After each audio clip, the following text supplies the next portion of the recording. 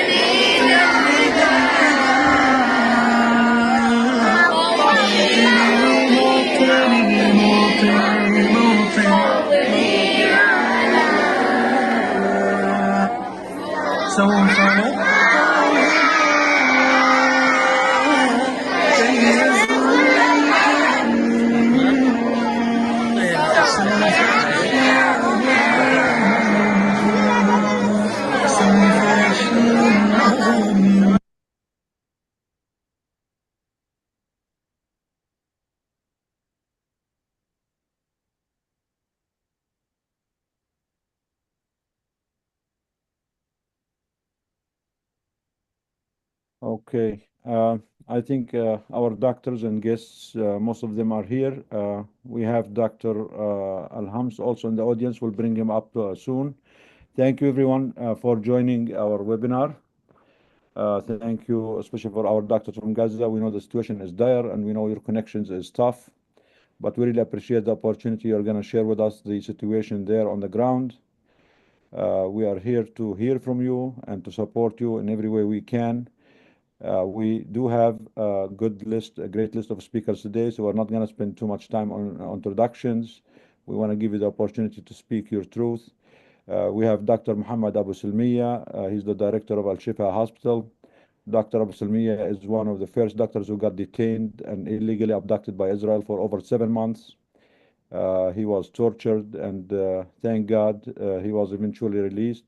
We are proud to have you, Dr. Absalmiya. Thank you for making it. I know you tried to come be with us many times, but you could not because of the connections.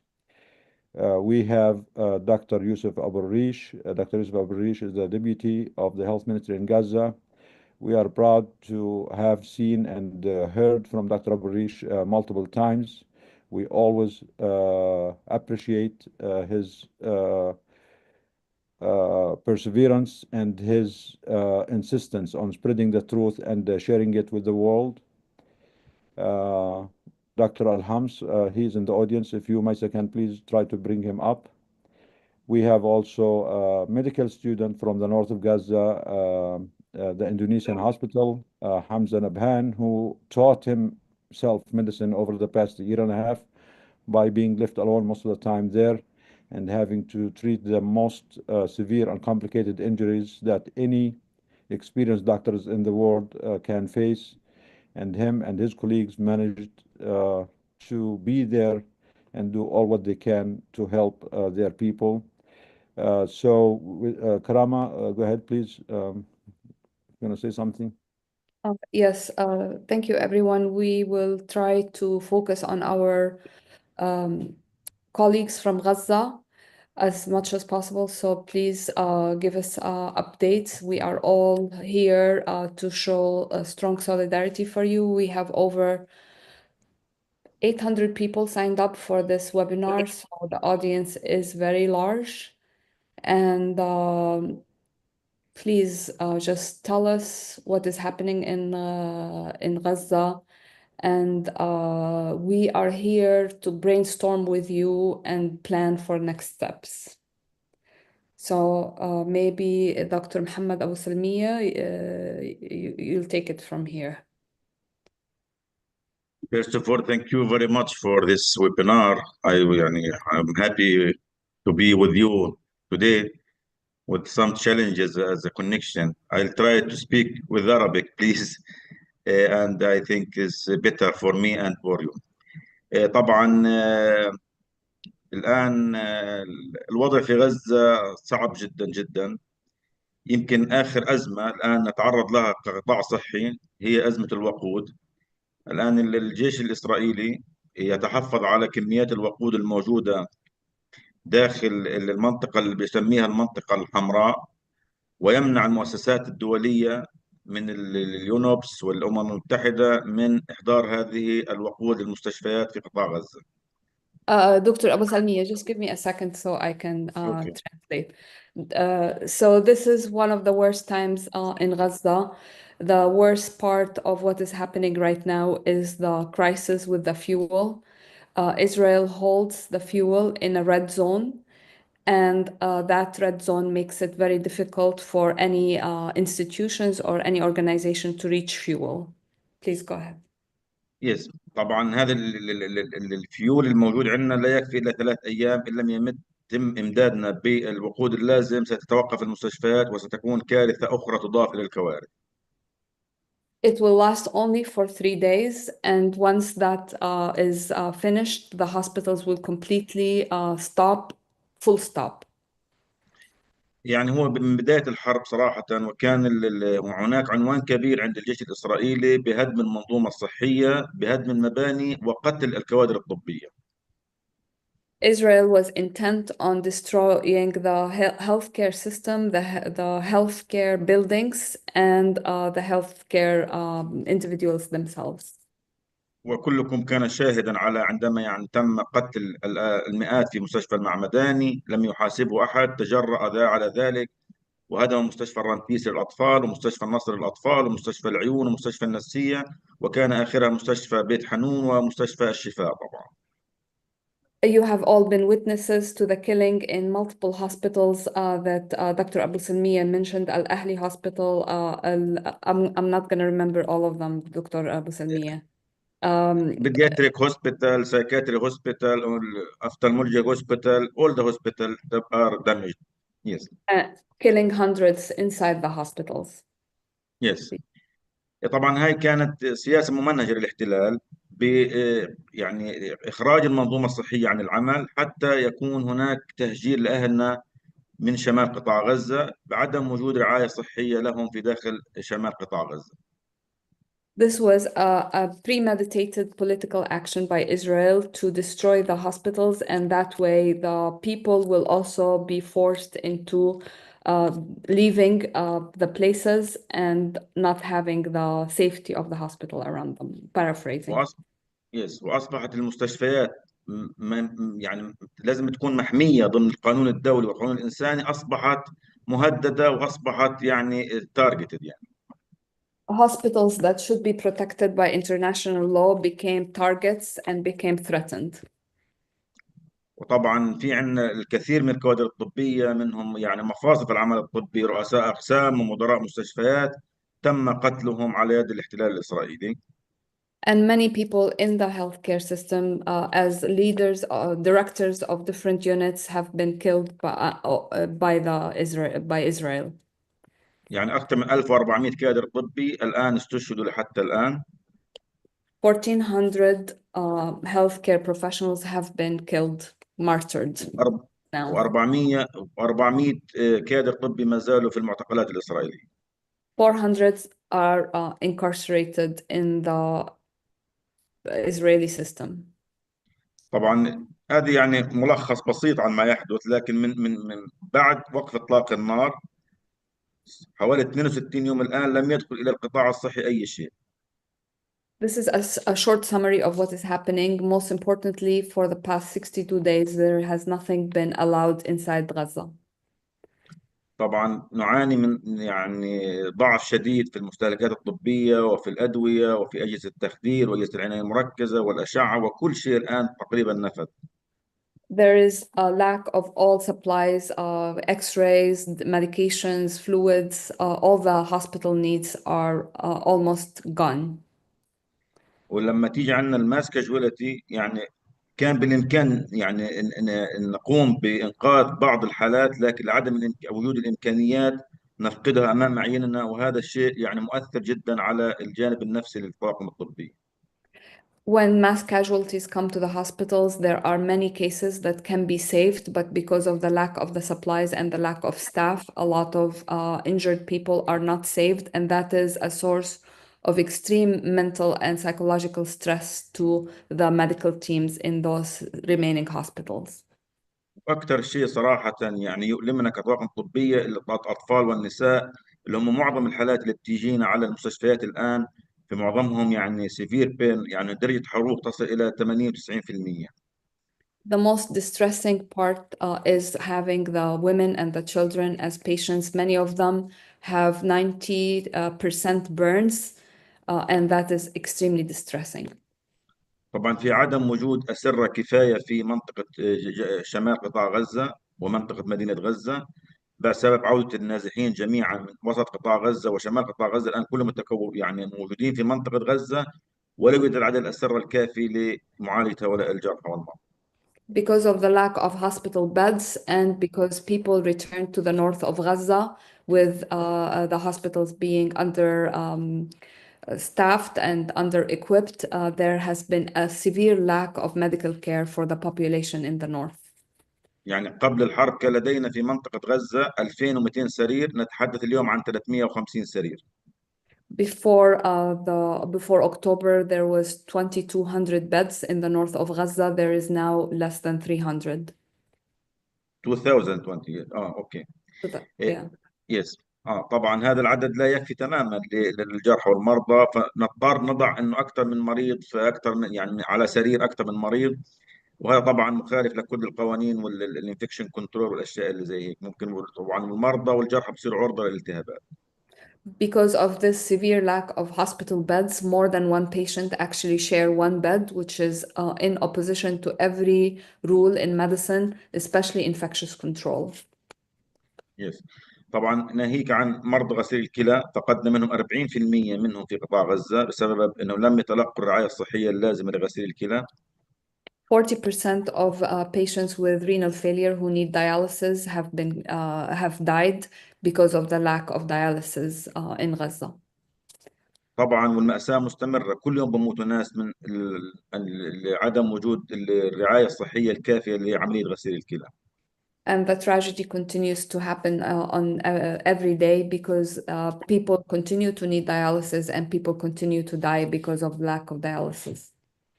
نتحدث برضو عن حضانات الأطفال، يونيتال اي سي يو. كان لدينا قبل الحرب 100 حضانة، الآن نتحدث عن 20 حضانة، ومعظم الأطفال الذين يولدوا قبل الميعاد تكون فرصهم في الحياة ضعيفة جدا.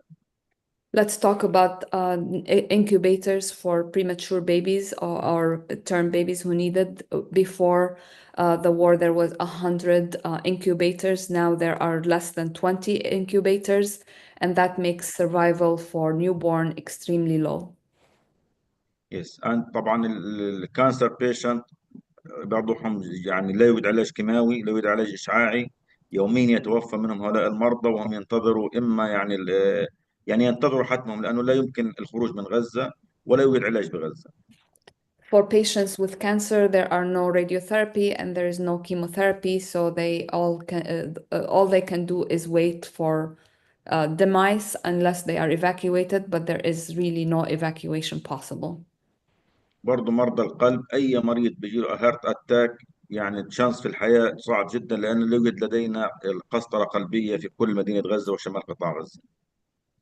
That goes also for cardiac patients who there is no cardiac cath capability, so any heart attack is unlikely to survive because of the lack of catheterization and lack of cardiac equipment. طبعا الآن بعد إغلاق المعابر المجاعة وسوء التغذية ومال نوتريشن يضرب الأطفال بشكل كبير جدا. Right now, starvation and malnutrition is affecting children to a very great degree.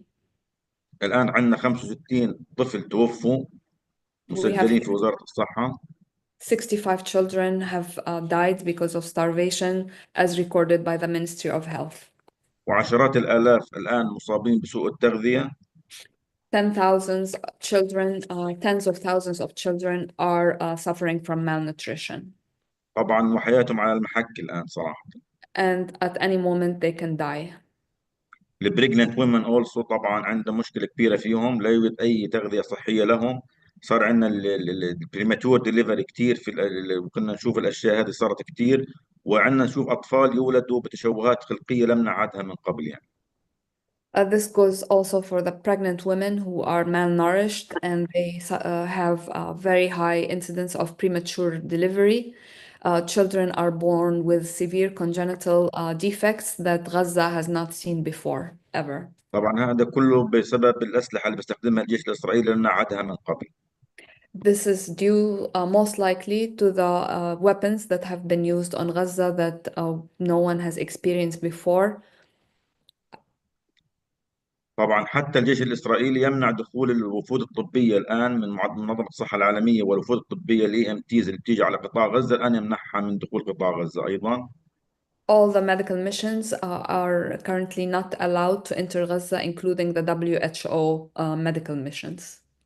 ولدينا 14,000 مريض بحاجة إلى العلاج خارج قطاع غزة بسبب المعابر مغلقة الآن، يموت منهم يوميا عشرات بصمت ولا نحن نستطيع تقديم الرعاية الصحية لهم. 14,000 patients are waiting to be evacuated because of lack of possibility for treatment in Gaza, and they are not allowed. And also, these people are basically waiting for a death sentence. يعني بنقدر نقول الآن الوضع الصحي في قطاع غزة في انهيار تام. يعني نقدم الرعاية الطبية بشكل يعني إسعافات أولية فقط لا غير، وبعض يعني العمليات الجراحية بسبب عدم وجود الكثير من المعدات والأجهزة الطبية والكونسومبلز الموجودة لا نستطيع تقديم الخدمات أكثر من ذلك للمرضى والجرحى. We can say that the healthcare system is in complete failure at this point. The only thing that the medical professionals are able to provide is first aid and simple surgical procedures, and that's due to the lack of equipment and the lack of staff. طبعا كل المنظمات الدولية، منظمة الصحة العالمية واليونيسيف، منظمة أطباء بلا حدود والصليب الأحمر الدولي والأونروا، كلهم يعترفوا أن الاحتلال يمنع دخول الأجهزة الطبية والمعدات الطبية والطعام إلى قطاع غزة، لكن صراحة إلى الآن لم يوجد أي تحرك جدي بإدخال هذه المساعدات إلى قطاع غزة. All the international organizations like WHO, UNICEF, MSF, Red Cross, and UNRWA admit that Israel is not letting any medical aid or any aid at all to Gaza, but there has not been any serious movements to correct this. طبعا معظم الشهداء من الذين استشهدوا أكثر من 52 ألف شهيد، منهم حوالي 55% 60% من النساء والأطفال. Talking about the martyrs that Gaza lost, according to the Ministry of Health, there's the number 52,000. 55% of them are women and children. دكتور، هذا الرقم ممكن تحكي لنا عنه كيف هذا الرقم كان؟ لأنه كتير في طبعا الأرقام اللي إحنا عم نتخيلها كتير أعلى من هيك، فممكن تحكي لنا عن الرقم، وهل باعتقادك إنه الرقم أعلى من هيك أو هذا الرقم صحيح؟ Is this بالنسبة number للشهداء قصدي. is this number the question I asked, is this number accurate, or in Dr. Abu Selmia's opinion, is this an accurate estimate, or what does he طبعا think? الآن احنا في وزارة الصحة نقوم باحتساب من يأتي إلينا إلى المستشفيات ويتم تسجيله بطريقة صحيحة.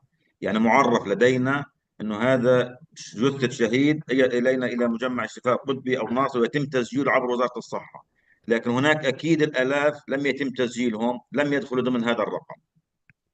So this number, the 52,000 number, is coming from the Ministry of Health when they have a body that is identifiable. So they have to know the identity of the person that has been killed or murdered. But there are thousands of people who are killed in their homes, bebut home, or under the rubble, or do not make it to the hospitals, and these people are not accounted for. Yes, yes, exactly. Yeah. طبعا الاحتلال صراحة يعني الآن كل المستشفيات من أصل 35 مستشفى يعني حقيقيا وفعليا يعمل في قطاع غزة بشكل يعني نقدر نقول رسمي 4 مستشفيات وست مستشفيات بشكل جزئي. Out of the 35 hospitals that Gaza has, only 4 hospitals are working, and 6 hospitals are working partially. يس يس طبعا حتى المستشفيات اللي بتعمل مثلا مستشفى ناصر، مستشفى غزة الأوروبي، شهداء الأقصى، اللي ما صارش فيها تدمير كبير، بس هي تعاني من عدم وجود الكونسومابلز والدراجز والميديسن، كل هذا مفقودة تماما عندهم، فبالتالي هم لا يقدموا الخدمة الحقيقية للمرضى والجرحى. Even the hospitals that have not been totally damaged, like Nasser Hospital, European hospitals, and Al-Aqsa Hospital, they are not able to provide adequate care because the consumables and the medications and the equipment are not there. طبعا يعني هذه نبذة عامة عن ما يجري في قطاع غزة الآن. نحن نتحدث أنه القطاع الصحي الآن في حالة تمام انهيار كامل، نقوم يعني ما يمكن إنقاذه، لكن هناك العشرات أو المئات من الجرحى والمرضى كان بالإمكان إنقاذ حياتهم لو توفرت المعدات والأجهزة الطبية لعلاج هؤلاء المرضى. So in summary, the medical system is in complete collapse. Whatever the doctors and the nurses are able to do, they try to do, but there are hundreds and thousands of people who are dying because of lack of medical care who could be saved. شكرا دكتور. يعطيك العافية. Nidal, do you want to? Yes, thank you, Dr. Selmia. We can go now Thank to Dr. El-Reish to hear the latest update from him also. And Dr. Marwan also still having some technical problems, but he will join us soon. Dr. El-Reish, are you there? Dr. Yusef? عليكم. وعليكم السلام. ورحمة الله. تفضل دكتور.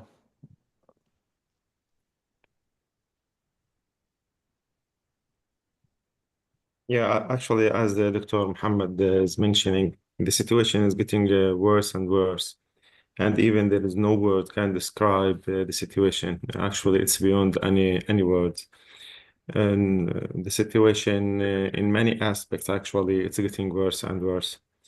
First of all, actually, I send to you, Dr. Nadal, in the last update about the medicine and the consumables. Actually, now I'm talking about 43% of the medicine, which is the essential drug list at zero stock.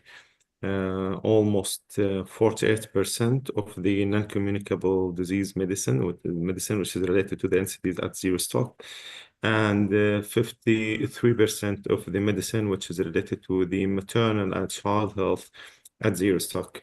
And when I'm talking about the consumables, 64% of the consumables again at zero stock. 55% of the consumables which is related to the hemodialysis at zero stock, and 87% of the consumables which is related to the trauma and the orthopedic surgeries are at zero stock.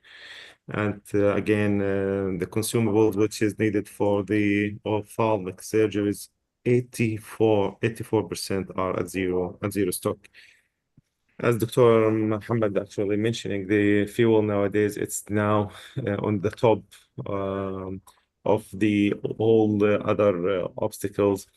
Actually, there is a red zone, and you know that more than 60% of Gaza now is under the evacuation orders or at the red zone. And the UN agencies, they mentioned that they will not be able during the coming few days to collect any amount, as the Israeli side, they are refusing the coordination for them. That's meaning we are just having all the 3 days in the major hospitals. We are just having 3 days. We bought a plan just to rationalize the use of the remaining amount of the fuel, but this will be on the expense of the patients and some of the services. And even we are trying our best just to rationalize the use of the fuel, but by any means that will not actually be enough to accommodate. This is not the only problem. The other major catastrophe, which is related to that point, that we arrange ourselves to have a special and a private company for the transportation of the staff. As you know, there is no fuel in Gaza, and no one is able to move or access the different hospitals apart and away from this special coordination, which was handled by the Ministry of Health, to spend some of the fuel to the private company, and they will just have some stations to transport the staff from the different area to the different hospitals. Unfortunately, that will be the most critical point, as the staff will not be able to reach the hospitals and the primary healthcare center. Not only that, even if they will be able to reach the hospital, they will not be able to reach the hospital at the same time. So you can imagine, if they want just to walk and to come on their feet, some of them will, for example, reach at the early morning, but some will reach after for 1 hour or 2 hours or 3 hours. Actually, the whole system will be not there and not functioning well. So in two different ways, actually, we are waiting for the most worst scenario regarding the fuel. The other point which I can just mention, as the UN agencies, we have just several meetings with the UN agencies. Actually, they passed the message that the Israeli side is planning to evacuate the whole area in the east of the Salah ad-Din Strait. That's meaning the Urban Gaza Hospital, which is almost the most organized hospital in the north.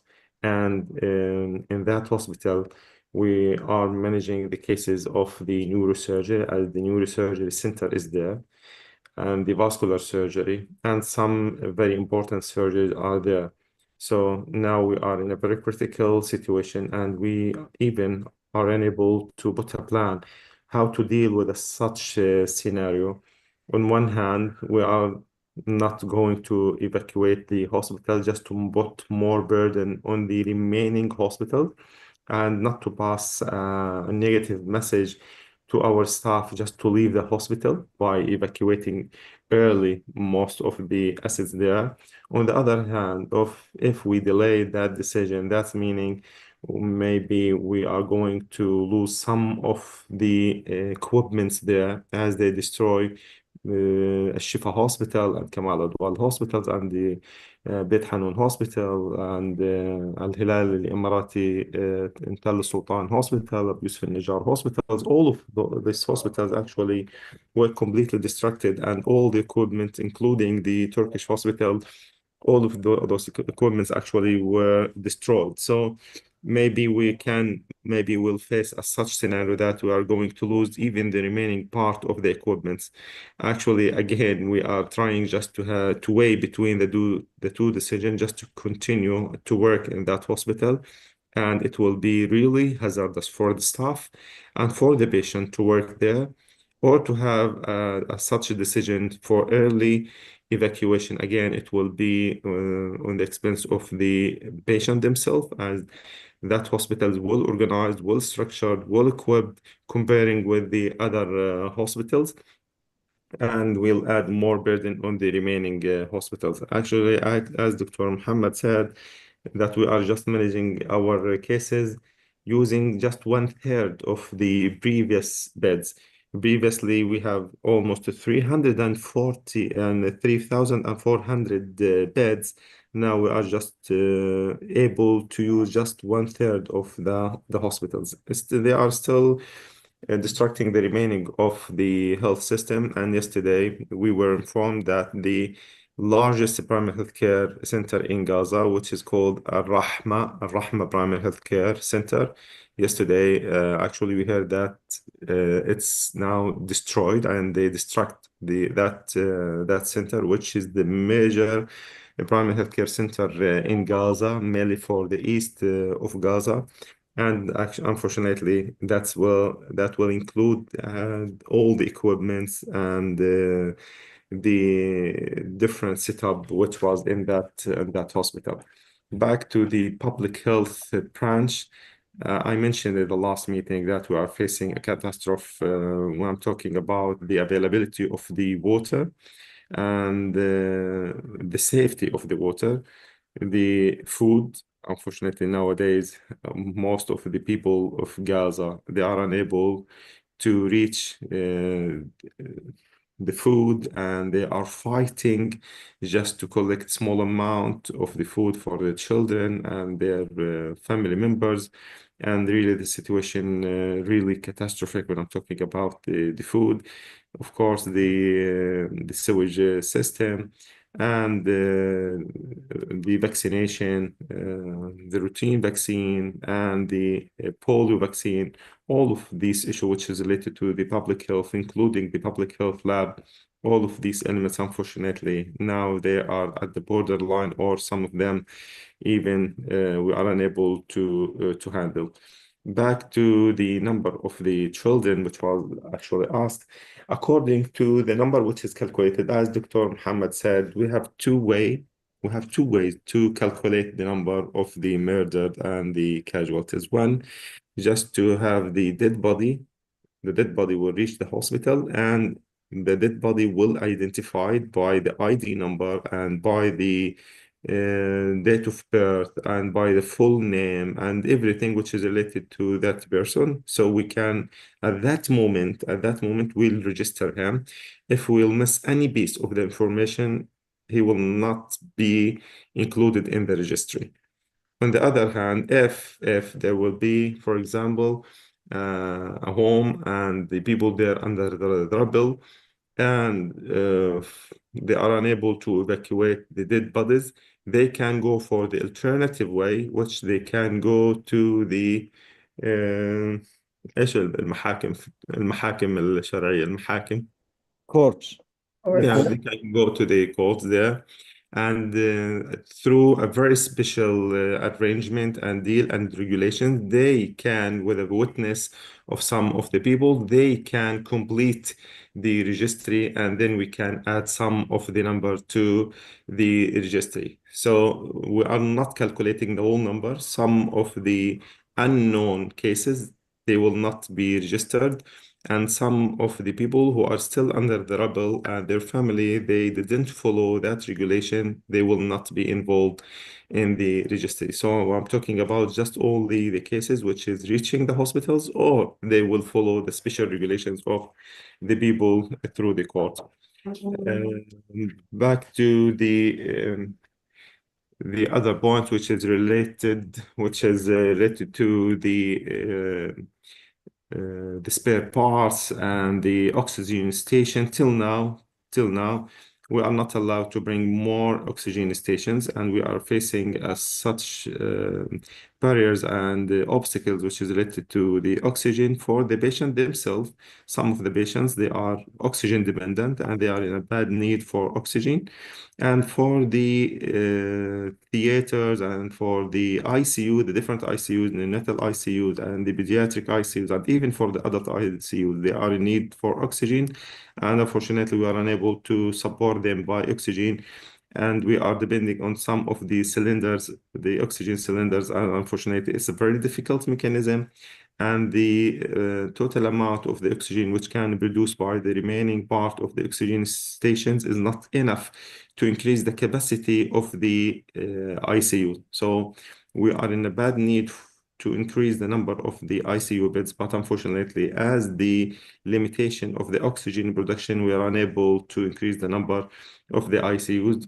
That's actually one cause, but another cause actually, which is related to the equipment itself and some of the infrastructure, like the oxygen and the gas pipeline, which is not there. For the rehabilitation part, till now, the Israelis, they are not allowing any materials which can be used for the rehabilitation to enter to Gaza.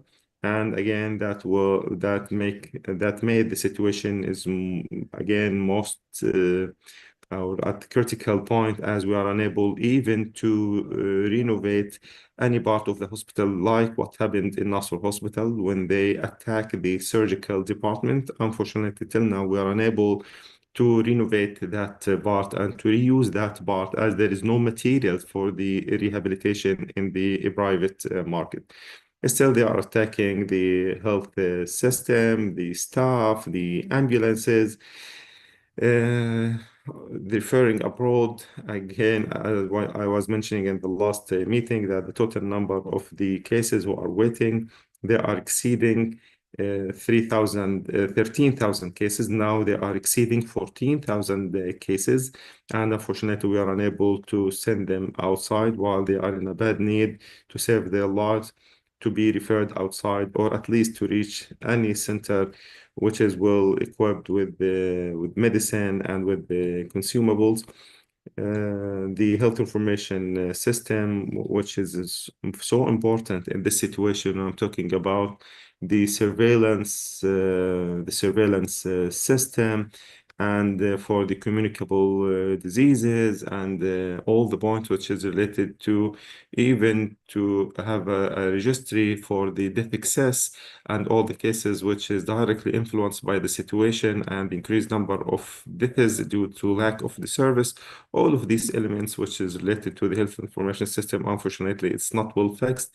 And we are trying just and struggling all the time just to calculate the total number of the murdered cases. And as we mentioned, we are just registering the cases which we are 100% sure that they killed by the Israelis, and we have their bodies, or they follow the special regulations in that issue.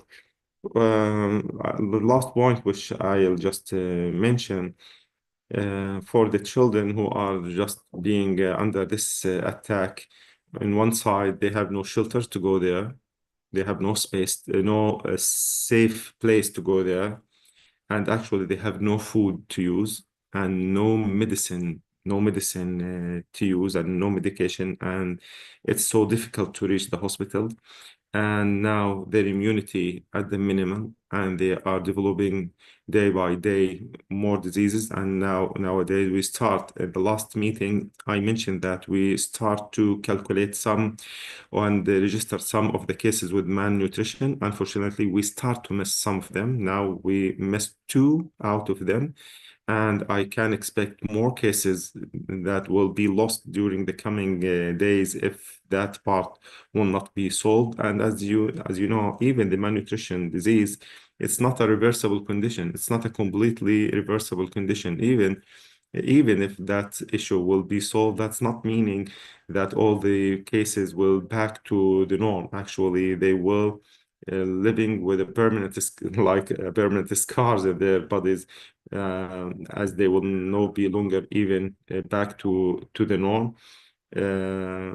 So tomorrow, actually, we are trying just to focus more on our children who are killed with different means. One of them by direct attacking, second by preventing them to access any of the service, and not to have the food and their immunity, and to live in a very bad condition and inhuman condition. So we ask all the actors, all the health sectors worldwide, all the people who are just looking for the freedom and for truth, and for the Palestinian rights to health and life, just to have some activities, just to push more and to focus more mainly on the children. And I'll just finish with this statement that every 40 minutes, there is a child killed in Gaza. Every 40 minutes. When we're calculating the registered cases, that's meaning every 40 minutes, one child is killed here in Gaza.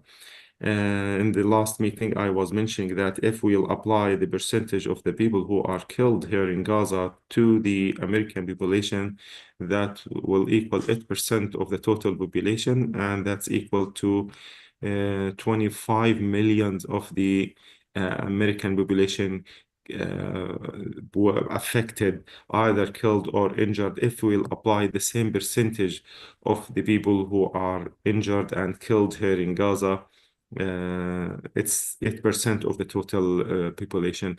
Again, we are planning nowadays for the most worst scenario, which is for us, unfortunately, even unclear.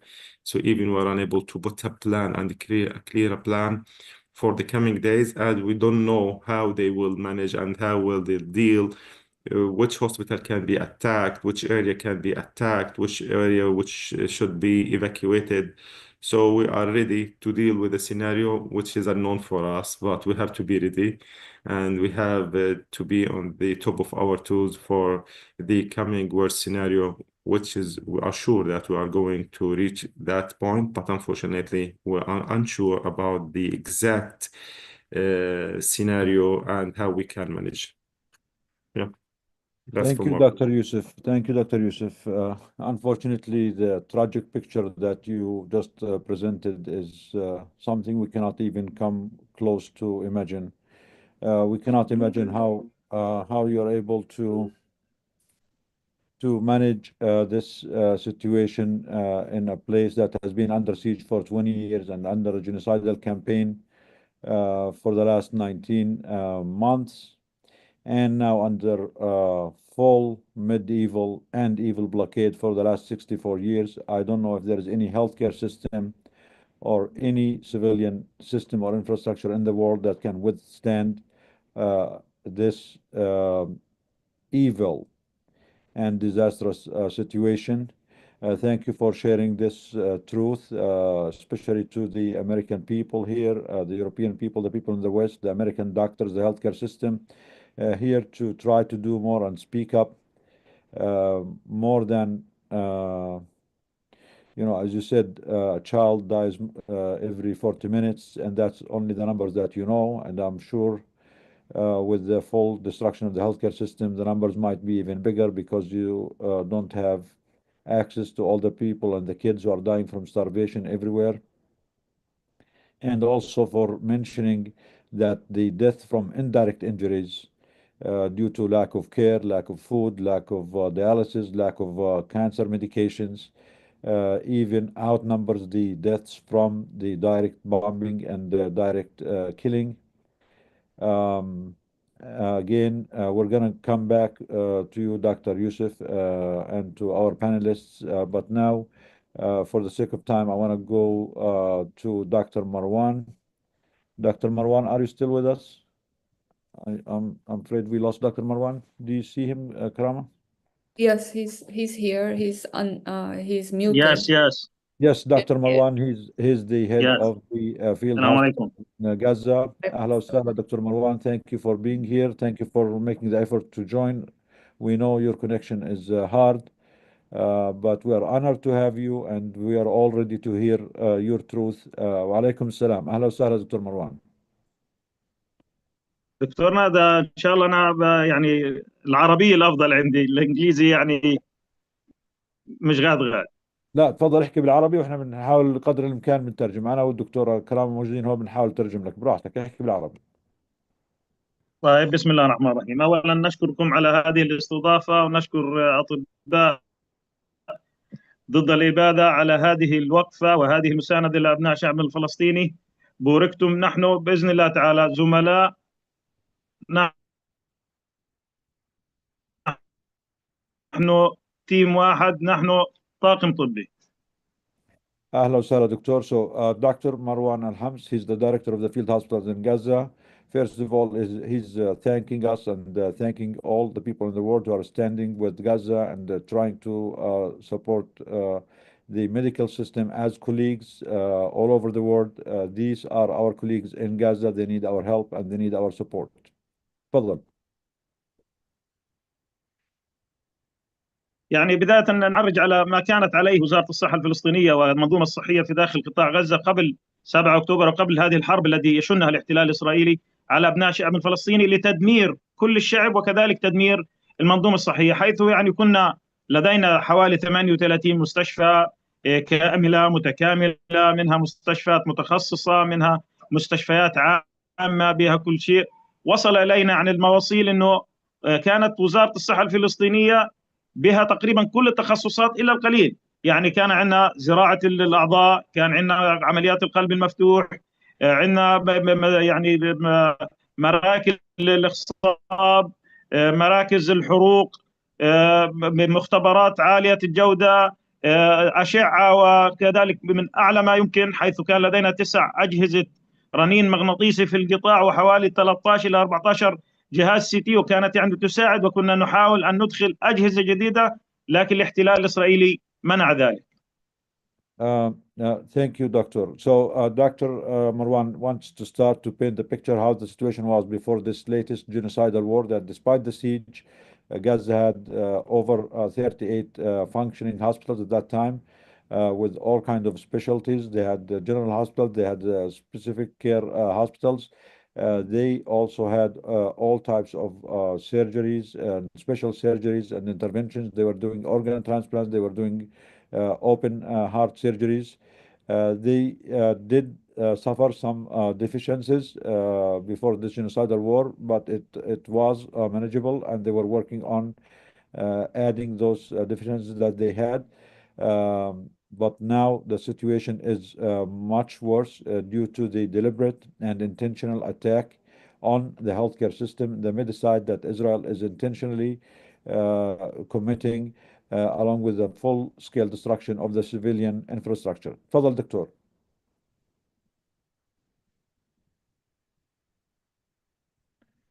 I think we lost Dr. Marwan. Did we? Yeah, unfortunately. Yeah, I mean, as you can tell, his connection is very weak, and there was some cutting off in his voice when he was speaking. But when he comes back, we will give him the opportunity. Maybe If you want to, go ahead, Hamza can Yes, speak. Hamza, are you there? Please unmute Hamza if you can. Hamza, are you there? Yes, I'm here. Perfect. I'm here. Okay, so Assalamu Hamza alaikum. is, Walaikum salam. Hamza is a third-year medical student from the north of Gaza. Thank you for joining us, Hamza. We are proud of all what you're doing, and thank you for making the effort to join us. Please introduce yourself and tell us about yourself. What have you been doing in the last year and a half? Thank you, Dr. Nadal. First, I want to thank Doctors Against Genocide organization for this great opportunity to speak and raise our voice from Gaza. This platform is a ray of hope, showing us that there are still people listening to our cry in the deep of darkness. I also extend my thanks to Dr. Mohammed, Selmia, Dr. Yusef, and Dr. Marwan for their kind words. My name is Hamza Nabhan. I'm a medical student from Al-Azhar University in Gaza. I'm speaking to you now from inside the Indonesian Hospital. Since the beginning of the war in October 2023, I have been volunteering in hospitals in northern Gaza, mainly in the neurosurgery department and the emergency room. Now I'm resident in the Indonesian Hospital. I'm giving everything I have learned to treat the injured, even though the situation is beyond what anyone can handle. Thanks to the incredible dedications of the doctors I worked with, I was trained in all the essential emergency skills and first aid procedure requires to deal with patients in the emergency and triage departments. Now I will share you what I have personally witnessed during my volunteer work in the hospitals. I'm working in an Indonesian hospital. At the Indonesian hospital, we currently have 22 beds in the emergency and reception department, and 3 beds in the pediatric emergency unit, 10 beds in the intensive care unit, and 4 operating room. 100 inpatient beds for adults and 20 in the inpatient beds for children. And there is 12 dialysis machines remaining out of 43 machines that were available for the war here in Indonesian hospital. As you know, there is a massive shortage of medical staff. Doctor, nurses, and paramedics works non-stop for days under extreme exhaustion. Despite the lack of safety and severe hunger, they must remain fully alert and active to save the wounded. Since the war began, over 700 medical workers have been martyred, as our doctors say. More than 1,500 injured and over 400 captured by the occupation from the hospitals. This targeting of medical team is not accidental. It's a part of a system of violence we face every day. One of the most dangerous challenges I noticed during my work in the hospitals is the loss of essential medical equipment. Also, the Indonesian hospital is the only central hospital in northern Gaza. We don't have CT scan here. We don't have CT machine because occupation destroyed it. We are forced to transfer. Even critical patients like those with internal bleeding or brain injuries to Al-Ahli Hospital or Hamad Hospital. These transfers are life-threatening, and we have lost many patients because of the delays. The journey from Indonesian hospital to Al-Ahli Hospital is approximately 7 to 8 kilometers, which further complicates the situation and increase the risk of patients during transportation. Additionally, there is no MRI machine available in Gaza, which limits our ability to accurately diagnose certain conditions and make quick decisions in critical cases. In international mass casualty incidents, as you know, it's common for about 60 to 70% of patients to be triaged to the green zone, where the least critical cases are treated. However, here in Gaza, the situation is the opposite. Yes, it's the opposite. About 60 to 70% of patients are now going to the red zone, where the most critical patients are treated. Due to the overwhelming number of casualties and lack of medical resources. We also raise a lack of advanced rehabilitation hospitals. Many patients, especially those suffering from quadriplegia or hemiplegia, have no access to the care they need for rehabilitation.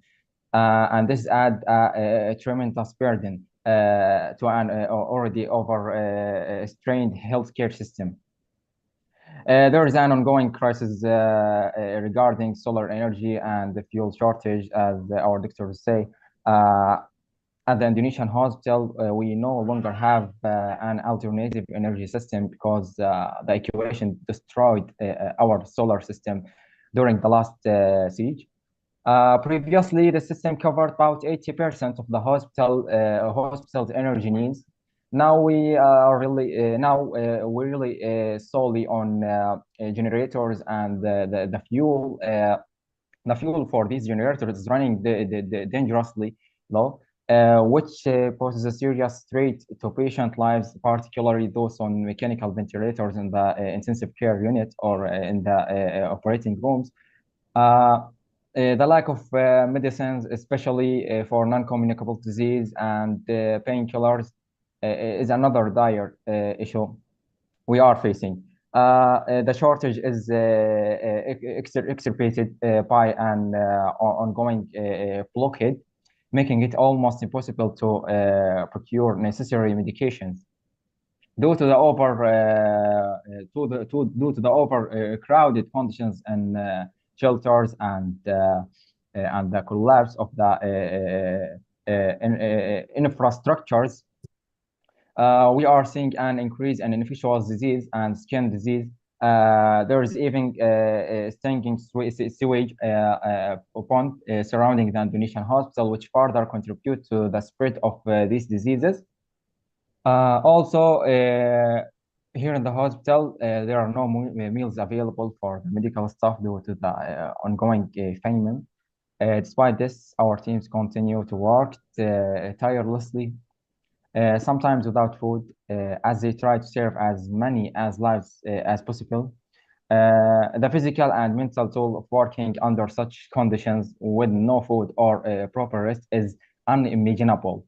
At the Indonesian hospital, we live in a constant fear, yes, constant fear of being invaded at any moment, of having our colleague captured or martyred, as happened before in Kamal Adwan Hospital or Al-Shifa Hospital or here in Indonesian hospital.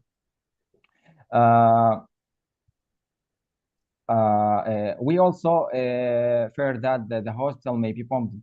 Yes, we also fear that the hospital may be bombed, just like other medical facilities across Gaza.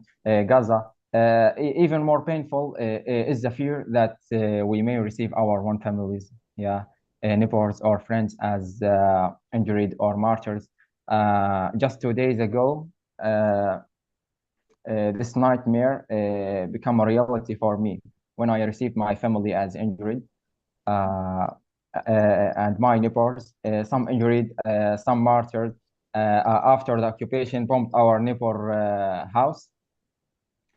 Patients who need to be transferred outside Gaza for specialized care are unable to do so because the border crossings are closed, and the Ministry of Health estimates that there are about 24,000 patients in need of treatment outside Gaza, but they can't leave Gaza.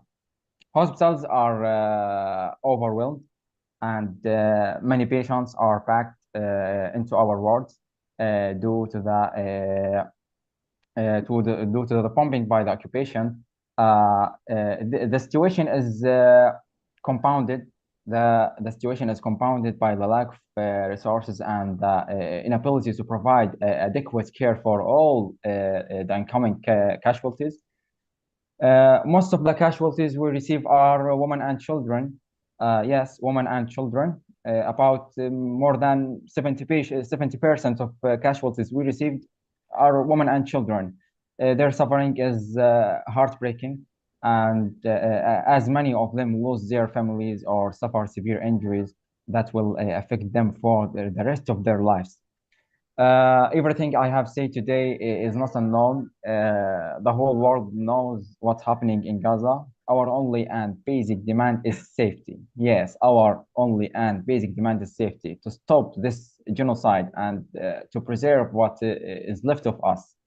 Finally, I want to thank Doctors Against Genocide again for their noble work.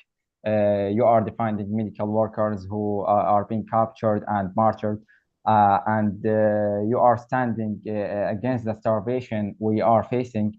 You are carrying powerful message when so many others have chosen silence. You are our voice outside Gaza, and we hope the world will finally hear it. Thank you very much. Thank you, Hamza. Thank you for this heartbreaking testimony. Thank you for your strength, for your bravery. Thank you for your medical ethics. Thank you for being a real doctor who refuses to abandon his patients and his hospital, and who continued to be in the hospital as a student for a whole year and a half, never left the Indonesian hospital, even after being bombed multiple times. And you and your colleagues and our colleagues here insist on teaching the whole world what it really means to be a doctor. What does medicine really means? It means you protect your patients, you stay there, you sacrifice. That is the most honorable definition of medicine, and I think our colleagues, the doctors, the students from Gaza are teaching us, the whole world, what is medicine and what we all should aspire to be. And thank you, Hamza. We will come back to you. Actually, Dr. Dr. Karama Marwan is is a big back. supporter. Yes, Dr. You're- Karama is a you're- big supporter of the students. If you want to say something to Hamza Karama, then we go back to Dr. Marwan, please. You're welcome. حياكم الله. Echoing Dr. Jbour's words, Hamza, you are the future of medicine, and you Inshallah, have our inshallah. full support. We are all very frustrated that we cannot do more. And if you read the messages that are coming from the people here, everybody feels so angry, so enraged that we're not able to come to Gaza and help you and remove the siege and put the food in front of you and put the medications in front of you. It's not just enraged, we are also ashamed that we're not able to help. And You're welcome, doctor. I think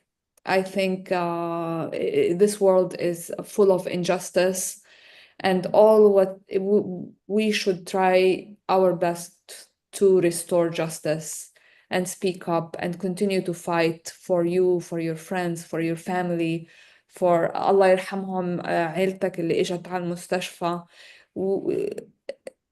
I hope it gives a tiny bit of comfort that we are in your corner day and night and every second. Thank you, Karam. doctor. So I want to Thank you, and you're welcome. Actually, this is our duty, and we are the hand of mercy. We are the hand of mercy, yeah, and this is our duty.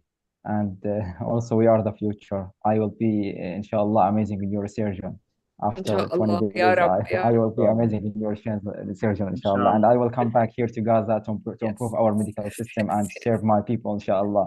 We Dr. are the El-Reish. hand of mercy. Dr. Yes, El-Reish, yes. so check this off. Hamza is ready. He's gonna be It's covered coming. the next 100 spot. And Yalla, we Inshallah, have inshallah, our Rabbna kareem. actually, you are not allowed to go outside as we have our own residency program. Unfortunately, even under this very critical situation, we were able to handle and to run our residency program. So you are more than welcome to join our residency program, which is containing more than 17 different specialties. wow, Inshallah, We are very, inshallah. very proud great. of Inshallah. all the I just AAP. can tell you that during just the last round, almost 120 new doctors they are joining the residency program in the different specialties. Amazing. MashaAllah. You're MashaAllah, amazing people. MashaAllah. You're amazing Amazing. people. I want to also just highlight the call from the medical student, our medical student, the brilliant medical student Hamza Nabhan, and our colleagues from Gaza. All what the people of Gaza are asking the world is to stop this insanity, to stop this genocide, to stop this deliberate destruction of life and of healthcare, and to allow aid in. They are not asking much. The world should not be silent in the face of 19 months of genocide. Thank you, Hamza. And we got the opportunity to have Dr. Marwan back, and let's please give him the opportunity. We know his power supply and the internet connection is not strong. So, Dr. Marwan, ahla wa sahla. Thank you. حياكم الله. يعني لا أعلم كان الدور علينا في قطع الكهرباء وقطع الإنترنت في داخل القسم الذي يعني نجلس فيه، فالحمد لله على هذا الحال. يعني أنا أقول أنه كنا في داخل مستشفى النجار في مدينة رفح ومستشفى الإماراتي، نقدم خدمة لأبناء الشعب الفلسطيني. حتى في أثناء نزوح هذه المستشفيات كانت تقدم الخدمة ل1.5 مليون فلسطيني نازح، لكن الاحتلال الإسرائيلي لم يرضى أن نقدم عندي فرصة للترجمة، دير بالك، عندي هذه فرصة للترجمة. الخدمة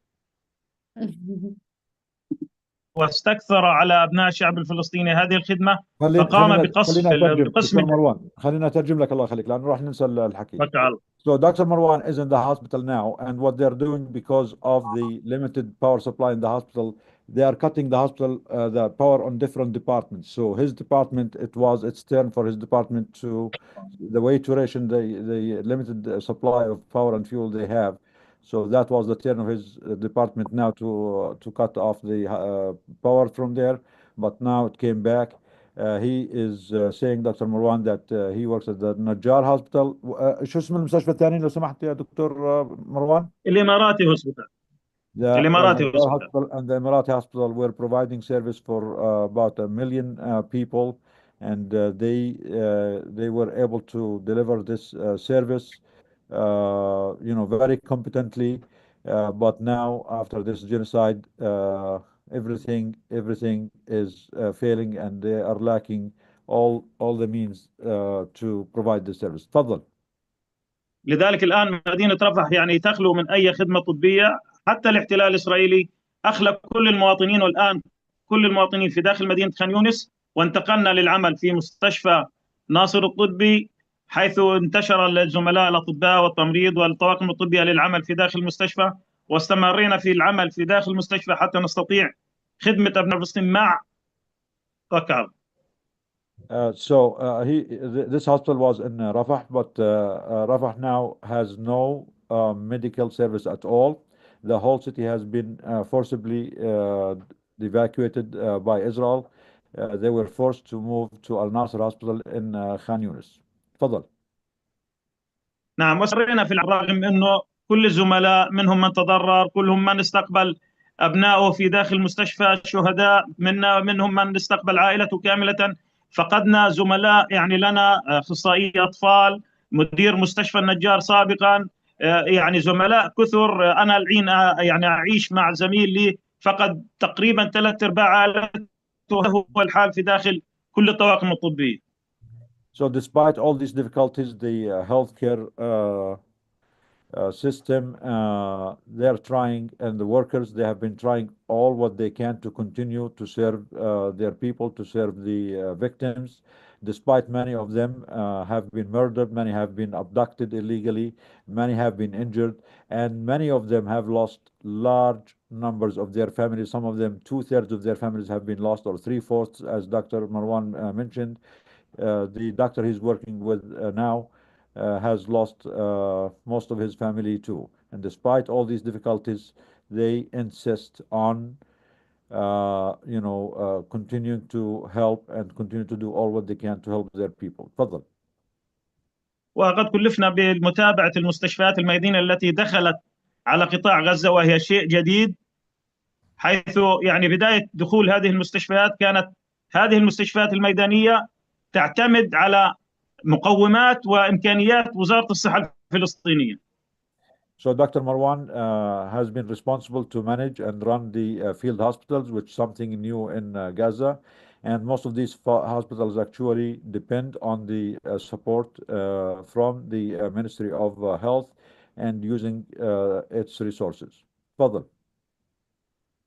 نعم كذلك هذه يعني المستشفيات يعني موزعة ما بين مستشفيات دولية، ما بين مستشفيات عربية، ومستشفيات محلية، ومحلية مع دولية. The field hospitals come with different supporters. Some of them are international field hospitals, some of them from the neighboring Arab countries, and some of them are local hospitals from the people in Gaza, and some of them have mixed system and mixed support. تفضل. واغلب الاعتماد على الطواقم الطبيه الفلسطينيه المحليه، وبالخصوص موظفين وزاره الصحه الفلسطينيه. The healthcare workers who are running these hospitals are mostly and largely the Palestinian healthcare workers from Gaza, with only very few volunteers from outside, especially the healthcare workers. لدينا يعني 3 مستشفيات، لدينا 3 مستشفيات دوليه، وهي مستشفى الصليب الاحمر ICRC، مستشفى ليوكيميد، والIMC. So there are 3 international field hospitals. One of them is for the Red Cross, and one of them is the IMC, and one is the IMD.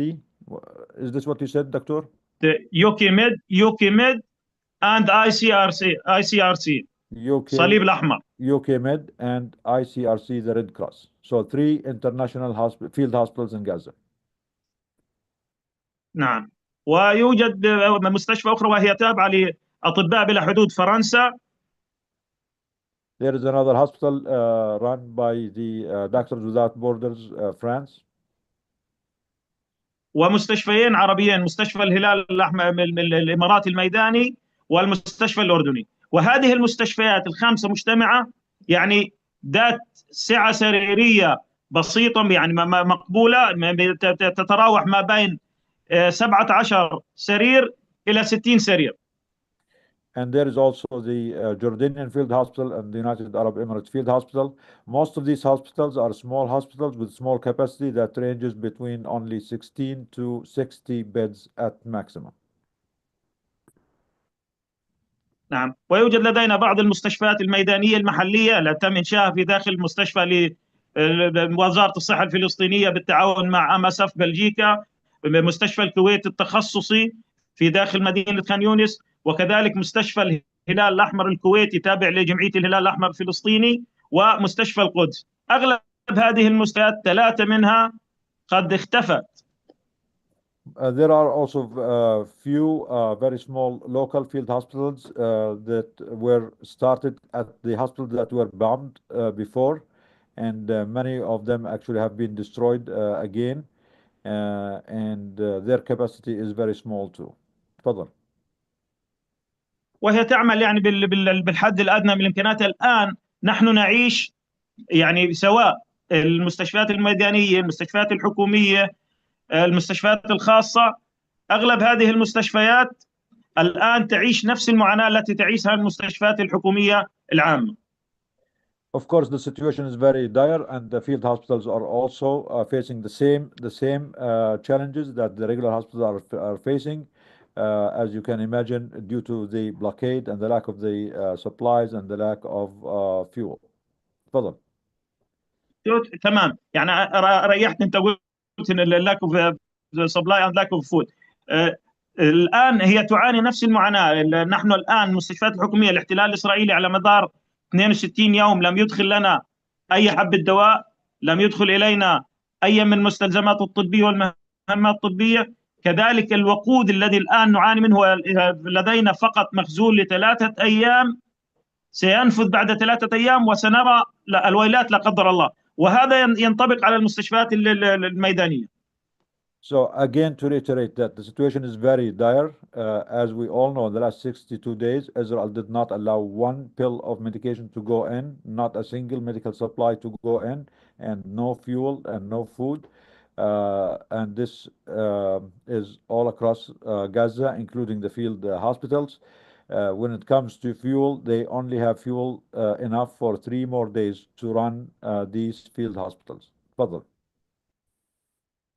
يعني لو رجعنا للوضع العام في داخل قطاع غزة الآن، الناس تموت جوعا. وصل لدينا في المستشفيات 57 حالة أطفال سوء تغذية توفوا بسبب سوء التغذية. لدينا كذلك حالات سوء تغذية في كبار السن لكن لم يصلوا إلى المستشفيات، توفوا وتم دفنهم لم يصلوا للمستشفيات. كذلك الشباب والمرحلة اللي هو مراحل العمر الشبابية تعاني من فقر دم وسوء تغذية. So now people are not just dying from bombing. More and more people are dying from indirect deaths, especially the starvation. The total number of children who have been starved to death or died due to malnutrition reached 57. This is just a reminder that the most powerful country in the world, the United States of America, the leader of the free world, is starving a civilian population of 2.3 million, including more than 1 million child. 57 children have already died of starvation due to this genocidal, medieval and evil blockade. And also, the starvation is not just affecting children, affecting, all ages of the civilian population, including the elderly.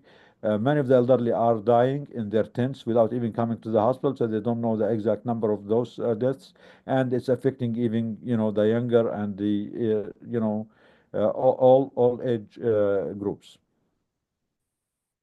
دكتورنا، الآن احنا نعاني معاناة شديدة من نقص في وحدات الدم في مختبراتنا وفي مخزون بنك الدم. وعندما نطلب من أبناء الشعب الفلسطيني أنه يتبرعوا بالدم، يأتي العشرات، يأتي بل المئات، لكن عند الفحص لا نستطيع أخذ وحدات دم من هؤلاء، لأنه أغلب الحالات تكون تعاني من فقر دم ولا نستطيع أخذ منهم وحدات تبرع بالدم. That's a very, very important point, actually. Thank you for bringing this up, Dr. Marwan, because we don't hear much about it. There is an extreme lack of blood units in Gaza in the face of the ongoing bombing and, mass slaughter of children. while the need and the demand for blood transfusions and blood units is extreme. The hospitals and the field hospitals are extremely lacking on this. And when they ask the people there to come and donate for blood, hundreds of them show up. But when they check their blood to see if they are eligible or they are suitable to donate, most of them cannot donate because they are already anemic and they are malnourished and they are not healthy enough to donate blood. تفضل. أريد أن أؤكد الآن كما كذلك أنه الآن في فصل الصيف تزداد لدينا الأمراض مثل الآن انتشار رهيب وكبير سكيفس، تشيكن بوكس، امباتايجو، all of the skin disease موجودة لكن غير موجود علاج.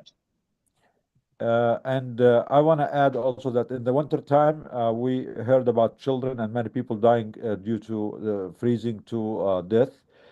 But now, since the summer is there in Gaza, new types of diseases, especially impetigo, scabies, and all kinds of infections are spreading like fire in a population that does not have any, sanitation system and proper civilian infrastructure and no water. And this is happening at the same time that the healthcare system and the healthcare facilities does not have any medications to treat these problems. كذلك الآن يعني نرى في داخل المستشفيات ومراكزنا الطبية مرضى الأمراض المزمنة كالسكر الذي عندنا 80,000 حالة، مرضى ارتفاع ضغط الدم 110,000 حالة، وأمراض القلب والشرايين آلاف. هؤلاء الآن لا يحصلوا على علاجاتهم وبخصوص العلاجات المركبة، مما يؤدي إلى مضاعفات كثيرة أقلها ديابيتيك فوت مع الامبوتيشن وحالات الجلطات الدماغية وكذلك الشلل النصفي. So on top of all the acute injuries from the bombing, and on top of the malnutrition and the problems from malnutrition and the starvation and the imposed famine, there is a whole population of people who have chronic illnesses and chronic diseases like diabetes, heart disease, hypertension, kidney disease, who now are dying and suffering because they don't have access and they don't have medications. Many people with diabetes and simple, maybe chronic illnesses that can easily be controlled in any country in the world, the doctors are not able to control it now because of the lack of medications.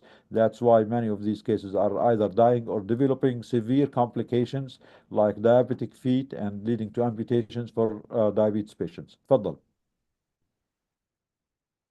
للعلم فقدنا حوالي 45% من مرضى الرينال فيلر الفشل الكلوي، وكذلك عدد كبير من مرضى الكانسر، وإضافة إلى يعني أعداد كبيرة من المرضى الذين هم بانتظار العلاج في الخارج ولم يخرجوا.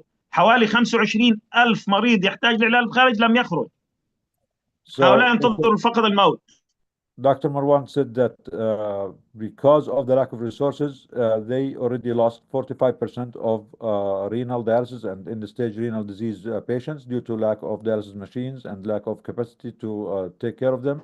They lost a significant proportion of patients with cancer due to lack of treatment and chemotherapy. And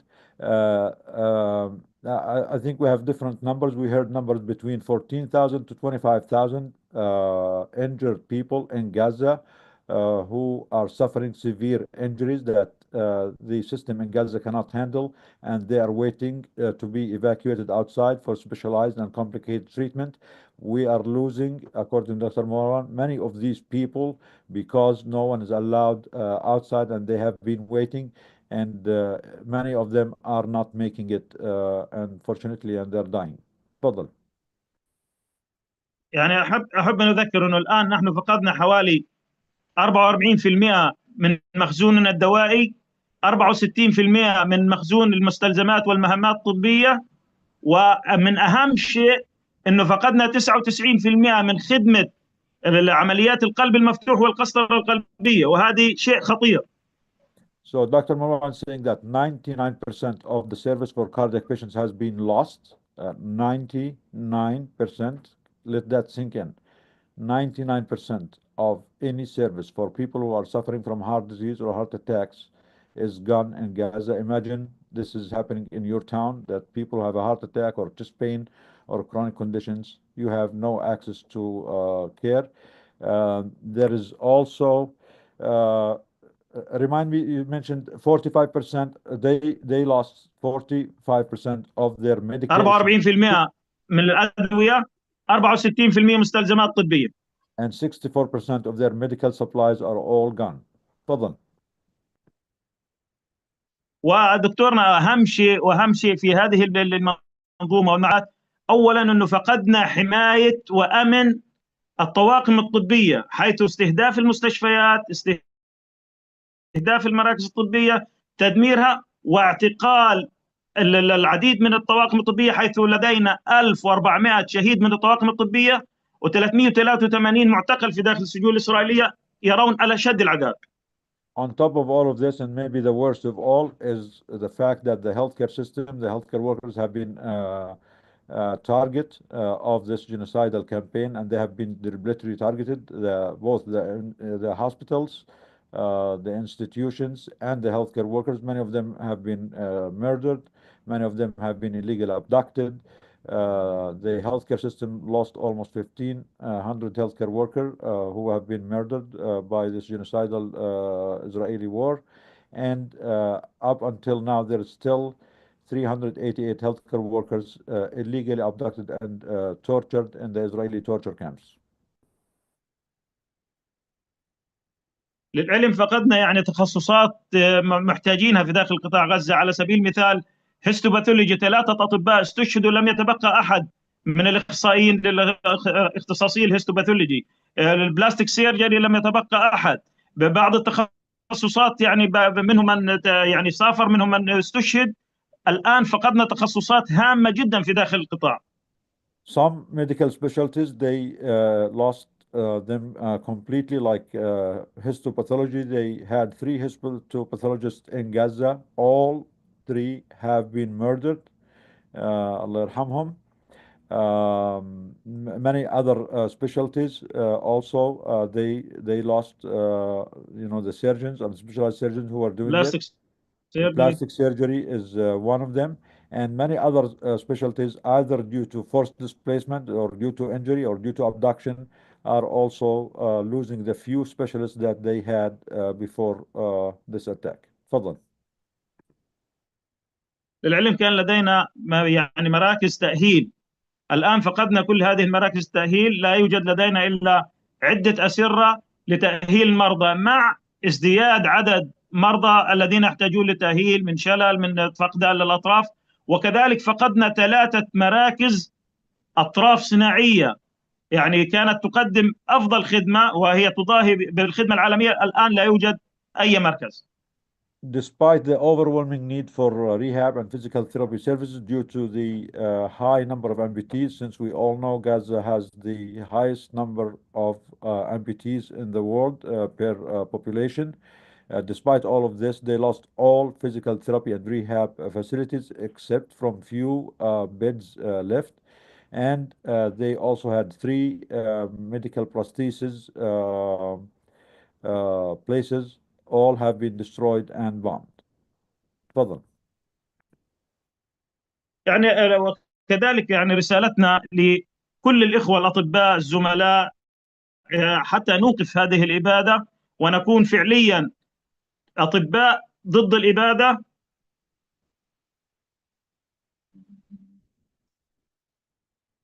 مطلوب منا دعم الطواقم الطبية بكل شيء، والوقوف مع الطواقم الطبية قانونيا، معنويا، ماديا، وهذا يعني شيء مطلوب. كذلك الضغط على حكومات كل العالم، إن كانت العربية، الإسلامية، أمريكا، أوروبا، الضغط على الحكومات حتى توقف هذه الإبادة في داخل قطاع غزة.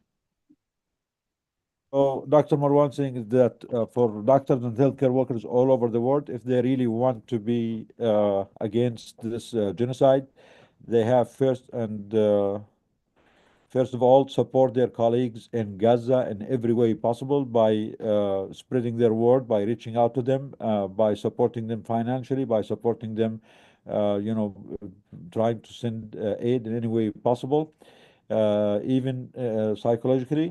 And also, he's asking all of us, والمطلوب كمان كذلك تفضل. He's asking all of us to apply every pressure, every power we have to apply to governments all over the world, especially the United States, since they are the only government that is still in full support of this genocide, to stop this insanity and this mass slaughter of children and the medieval starvation campaign. تفضل. ويعني المطلوب كذلك نشر الصورة الحقيقية وإيصال رسالتنا لكل العالم، وهي الصورة الحقيقية ليس عبر الإعلام المضلل إن كان في أمريكا أو في أوروبا، حيث تنقل الصورة مغلوطة أو مقلوبة. He's also asking us to spread the actual truth about the situation in Gaza from our colleagues who are on the ground, give them the opportunity to speak their truth the way it is, not through the mainstream media that is falsifying facts and that is making all kinds of lies and falsehoods and accusations about the كذلك نحن نحتاج من أطبائنا وزملائنا الدعم في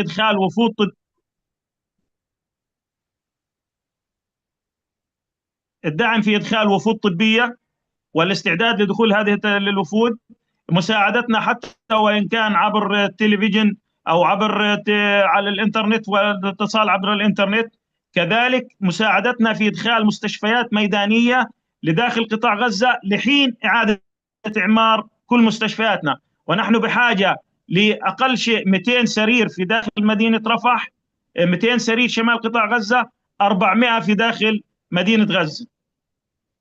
He's also asking our colleagues, the healthcare community in the world, to send more medical missions and be ready to go on more medical missions and send more medical supplies. He is encouraging and supporting services through telehealth. He's also asking us to try to support and prepare for more field hospitals that we can send to Gaza, at least to help them in a transitory period until they can rehab and fix their own hospitals. He is giving us numbers. Rafah area needs about 200 extra beds. وكذلك يعني رسالة لكل الزملاء، قفوا مع زملائكم، احموا زملائكم، طالبوا بالحماية للمستشفيات وللطواقم الطبية، لأنه إن كنا في أمان سنقدم خدمة جيدة. So regarding the beds, he said Rafah area needs 200 more beds, then another 200 beds in the center and 400 beds in the Gaza City area. He's also asking us, this is very important. This is very important. Actually, Doctors Against Genocide, one of the asks whenever we go to the Senate and to the Hill is we are proposing a bill for the absolute and full protection of healthcare institutions and healthcare workers under all circumstances. Hospitals, healthcare workers, doctors, nurses, paramedics who are there to protect people should be always protected. They should never be a target under any excuse, because once you open the door for excuses, genocidal regimes like Israel will always falsify facts and come up with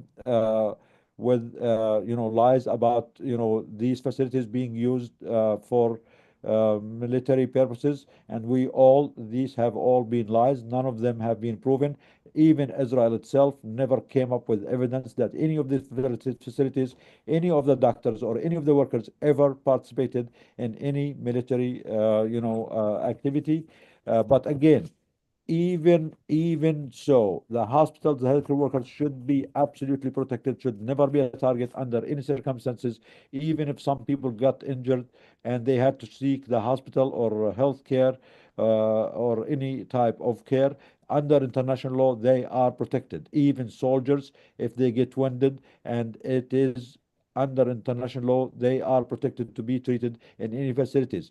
Once any militant, once any soldier is incapacitated and in need of help, they are protected. They should never be a target. This is the Geneva Convention.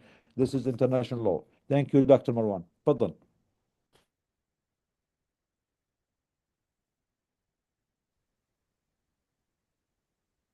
وانا كذلك يعني قبل المغادره اشكر لكم يعني هذه الاستضافه، ويعني ادعوكم غدا باذن الله تعالى لدينا مؤتمر صحفي عن حمايه اطفال فلسطين. اطفالنا بلا جوع، اطفالنا يجب ان لا يجوعوا، وهذه الرساله يجب ان تصل لكل العالم. اطفال الان يموتون من الجوع، ولذلك يجب ان تفتح المعابر، يدخل الماء، يدخل الطعام، يدخل الادويه، تدخل الاجهزه الطبيه وكذلك المستلزمات الطبيه حتى نستطيع يعني العيش بسلام كما كل شعوب العالم تعيش بسلام. نحن شعب يحب الحياة كما كل العالم يحب الحياة، لا نحب الموت، نحب الحياة ونعشق الحياة. Thank you, بارك Dr. الله Marwan. فيكم. So at the end, Dr. Marwan is thanking all of you for your support, and he is asking all of us to join them tomorrow. They have a press conference tomorrow, asking for the protection of children. The title is "Children Without Hunger." Actually, it coincides with our campaign that we are launching today that says bread, not bombs, and let the children eat. So we are happy to support this call, Dr. Marwan. Please, everyone, try to join the press conference that Dr. Marwan and his colleagues are holding tomorrow. Children Without Hunger, Protection of the Children in Gaza. And he's saying that the people in Gaza, they want peace, they want safety, they want to live like anyone else in the world. They love life. And as the Palestinian poet Mahmoud Darwish said, نحب الحياة إذا ما استطعنا إليها سبيلا. And that is what Dr. Marwan and his and the people in Gaza are saying. We love life. We want to live. We want peace. We are not interested in genocides or wars. All what you hear about the people in Gaza, all the mainstream media, the propaganda that is justifying this genocide is false. The people in Gaza are normal people like all of us. Actually, they are even a much better people like all of us. They want to live, they love life, and they are better than anyone else and at making life if they are giving the opportunity. All what they're asking the world, the only thing they are asking from the world is to leave them alone and stop killing them. They will be able to manage and to fend for themselves. This is not an impossible demand. Thank you, Dr. Marwan. لا شكر على واجب. شكرا لك، شكرا للدكتور يوسف، شكرا دكتور محمد، شكرا يا حبايبنا حمد. بارك الله فيكم. الله يحميكم والله يفرجها واحنا معكم وان شاء الله. Please, everyone on the call, please try to do more. Whatever you are doing, please try to do more. We are trying to brainstorm آمين. after this meeting to find ways where we can help more. تفضل كرامة. Yes, دكتور مروان ودكتور أبو الريش، بالنسبة للبريس كونفرنس بكرة كيف بنقدر نتابعه؟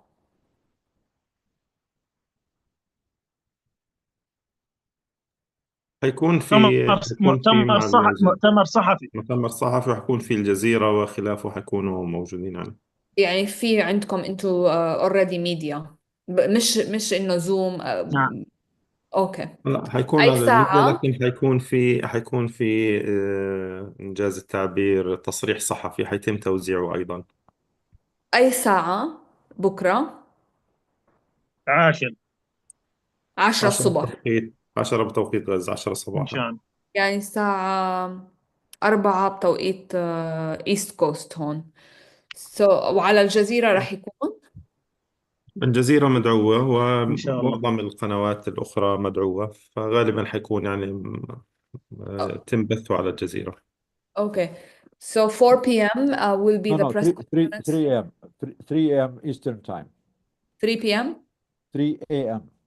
No, على الساعة 10 الصبح في Yeah, توقيت it will be مصر. 3 a.m. صح Eastern صح. time. Sorry, yeah, because Yes. this is the time that I usually make my call, so I'm familiar with this. So 3 a.m. Sorry. Thank you. 3 a.m. Is going to be a press conference coming from Gaza, which is difficult to attend, but maybe we can catch it or record it and show it to our members. The campaign is for the protection of children and children without hunger. I don't think in the 21st century anyone in the world should be forced to make this call. It just tells all of us how bad yeah. the situation is. تفضل كرام. في كم من سؤال على ال questions and answers، بس يعني معظمهم أظن الدكاترة جاوبوهم. مثلا بالنسبة للأيد إنه how can we help get aid in. I think the answer is that we have to pressure our politicians and we have to pressure the countries, the Muslim countries, the Arab countries. All the world really has to pay attention to this catastrophe and this genocide and let aid in as soon as possible, because we're witnessing some of the medieval disaster, and it's just very cruel. The world is watching while Israel is grinding Gaza. It's being ground so brutally from every inch of it. And we cannot be silent. One of the reasons why we do these Sunday webinars is because we want people to come and watch them. We want the videos to be disseminated. We know that the media is complicit by shadow banning and inadequate media coverage or incorrect media coverage, and it is on us to try our best to get this information to media. So any of the people who are watching who have contacts with media can use the information in this meeting to write to the media, to put press releases, to write op-eds, to write letter to editors in every newspaper that you have access to. This is one of the asks from the doctors in Gaza. Spread the word, talk about it. Do not let this happen without anyone speaking up. Thank you, Karama. Now we have a special guest, attorney Shahd Hammouri, and she will be speaking about what ways we can do as a civil community to help and to respond to this genocidal campaign in Gaza. Shahd is an international lawyer. She's in Europe. She works for law for Palestine. The floor is yours, Shahd. Shahd, please join us and give us what ideas or what things you have been working on and what can we do to support. Thank you. Thank you so much for having me. And indeed, it is very difficult to seek to engage with the international legal community. And as you're very well aware, international law itself is a colonial instrument and offers very little spaces actually to recognize it when colonial crimes do indeed happen. And for the past 2 years, we've tried to do our best to get our voices out. But sadly enough, what we face is persistent coercion, and primarily led by the United States of America, that has managed to murder in the cradle everything we've tried to build. So as you're well aware, since Israel has broken the ceasefire and resumed the genocide, we've tried to find different ways. And indeed, as noted by many of the speakers, this has reached an unprecedented level of human carnage, to the point where we don't even have words, or we would have never expected that our asks from states would just simply be as simple as, can we please have bread? And so we've reached the point where there was a lot of questions on whether or not we can take protective forces forward into Gaza. And sadly enough, the only way to do that is through the UN Security Council. That cannot happen. And even with the UN General Assembly, we are now lobbying towards invoking a special regime in the General Assembly called Uniting for Peace. However, once again, we have both the Palestinian Authority as well as the US blocking our way. Most of our representatives cannot go to the United States because most of us are banned from going to the United States to actually make our claim. Also, there's a lot of problems in funding to make sure that people would be presented.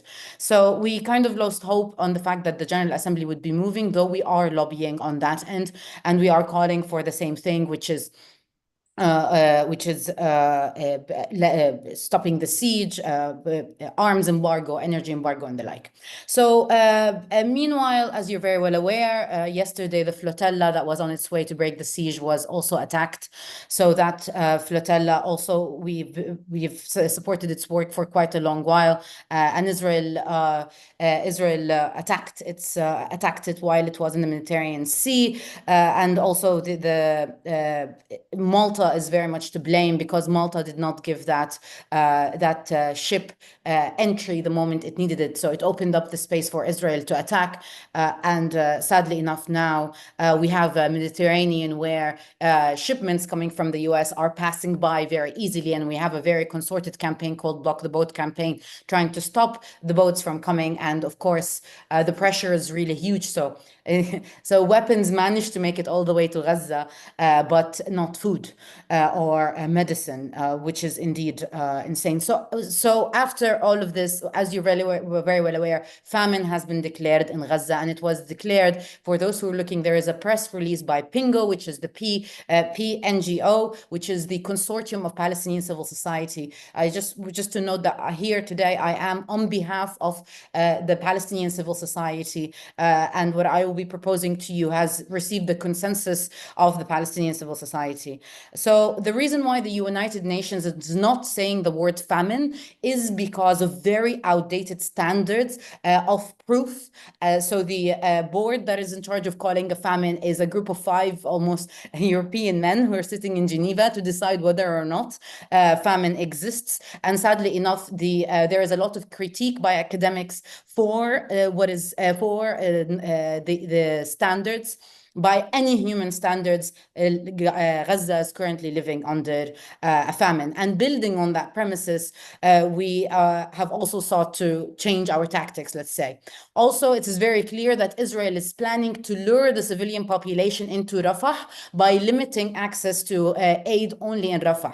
And what we are hearing from the reports is that Rafah area will be bordered so that anyone entering Rafah will not be able to go back. So that is, of course, completely illegal. If for anyone who is in need of the legal language, Israeli occupation is in totality illegal. Any Israeli foot inside of Gaza or the West Bank has no legal premises. So every single representative in most US representatives Congress, there are very only 1 or 2, but even those are getting international law wrong, but so are most European representatives. And Israel has no premises to call for its own security, nor does the US have a call for security to control the aid in a whatsoever level. And indeed, we've heard the shameful arguments by the United States in the International Court of Justice this week. So what Israel is planning to do is to control the population. So it's what's currently using in legal language is called starvation as a method of warfare. Herein, it is ensuring that through starvation, it will displace the Gazans and push them towards getting out of Gaza, which indeed all of this is just beyond criminal. This is leading to a historical level of atrocities. So indeed, for those who are asking about getting money into Gaza, at the moment, any money that goes into Gaza, really, you cannot buy anything other than the things that are already there. So what do we do? Our shift now has gone towards asking for a diplomatic convoy and seeking to arrange whereby states would be willing to take on the bare minimum, which is to agree to include a diplomatic representation in a convoy to break the siege. What is that trying to do? First of all, the US's proposal that they hire American private military contractors to bring out the aid in Rafah is I can't tell you how many principles of international law that breaches, and the most important principle of which is that it breaches the Palestinian right of self-determination. American private military contractors have a history of war crimes and should not be allowed in there. So we believe that lobbying for a diplomatic convoy would allow us to have a separate card, also a card that represents and demonstrates how Israel is also using using the starvation in order to halt its negotiations, the ceasefire negotiations. Meanwhile, the diplomatic convoy is meant to place pressure on Egypt as well. Our policy at the moment is not attacking Egypt as much as trying to get Egypt on board. Our understanding is that if other states take it forward, then Egypt will follow suit. So who will lead it, and what are we doing? Now we're trying to, we already have a unified letter, and I will share it to be shared, and what we would hope is endorsement and people taking that letter forward, calling for this diplomatic humanitarian convoy to break the siege, whereby diplomatic representatives are being sent from the state, and states that are not willing to engage with this for public figures or important figures to partake in that convoy.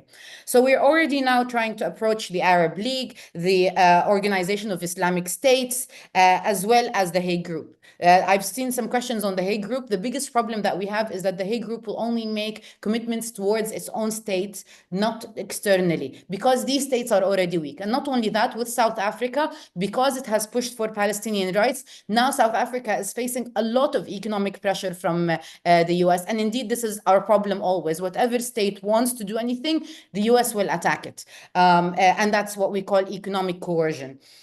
And so what we're trying to get is a coalition of states to do something together. So now at the frontier is we're trying to lobby France, because France seems to have led this narrative.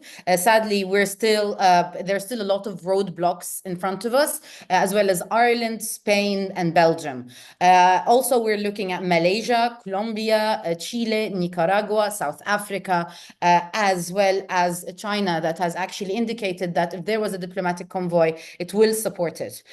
So where would we require help and support? It is by whoever has any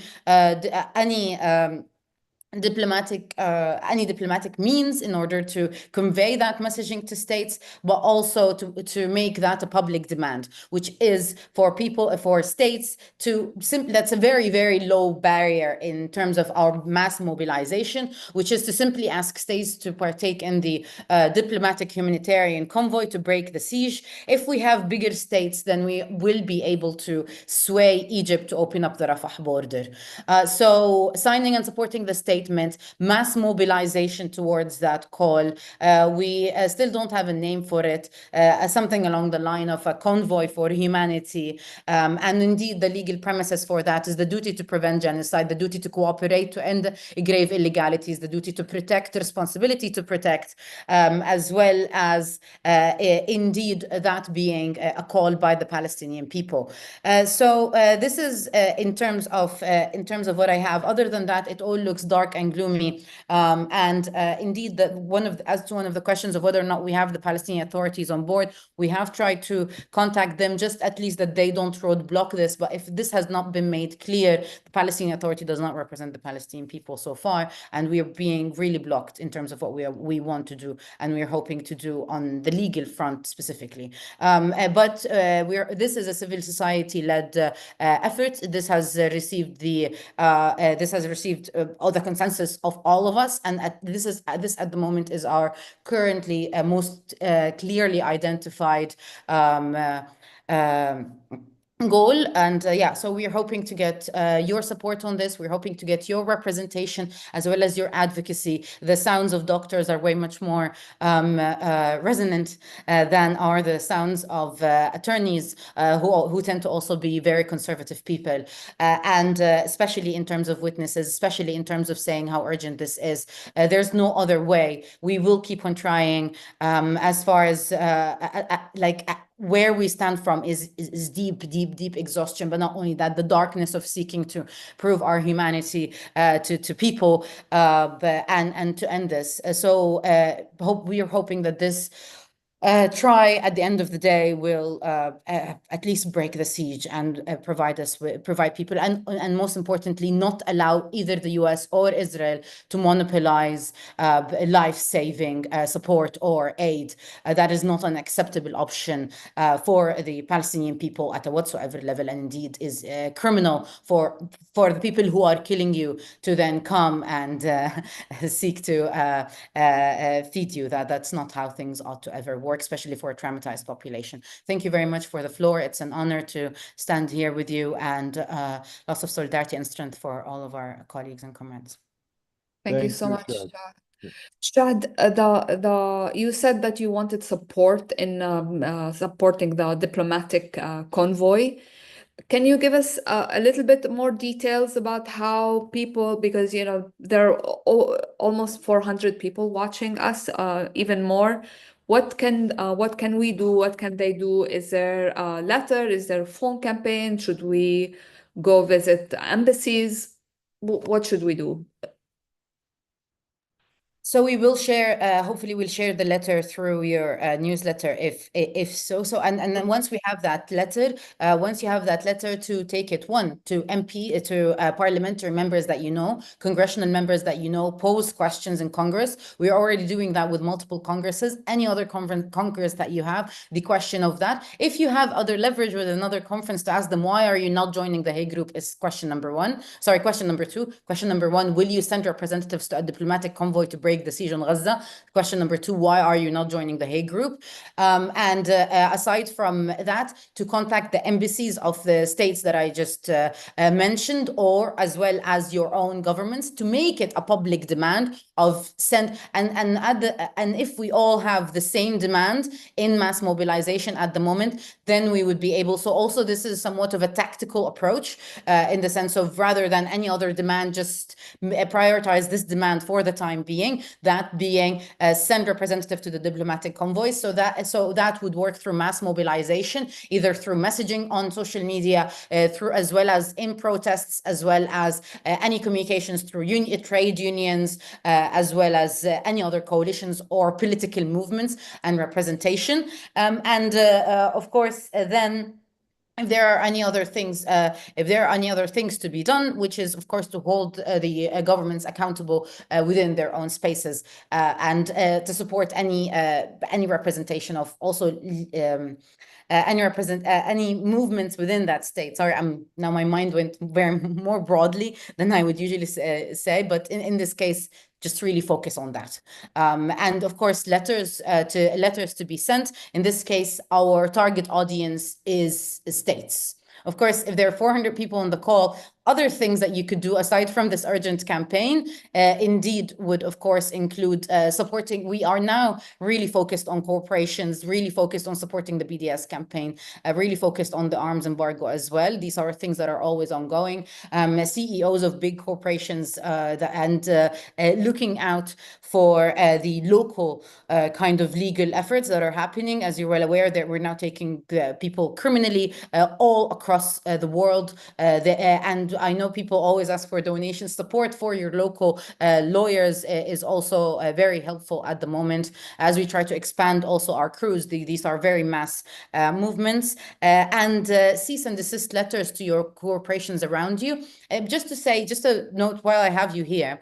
One thing that people really don't know so far is that in July last year, the International Court of Justice declared the occupation of Palestine as illegal in its totality. What does this mean for states, and what does this mean for corporations? For states, it means that states have to stop any cooperation with Israel at any level. So now you have a legal premises to contact anyone that you want, and also to protect yourself as you protest for Palestine, in the sense that you have the highest court of the world saying that BDS is almost an international legal obligation. And this wasn't said by me, this was said in Geneva by the COI, which is the Commission of Inquiry on Palestine.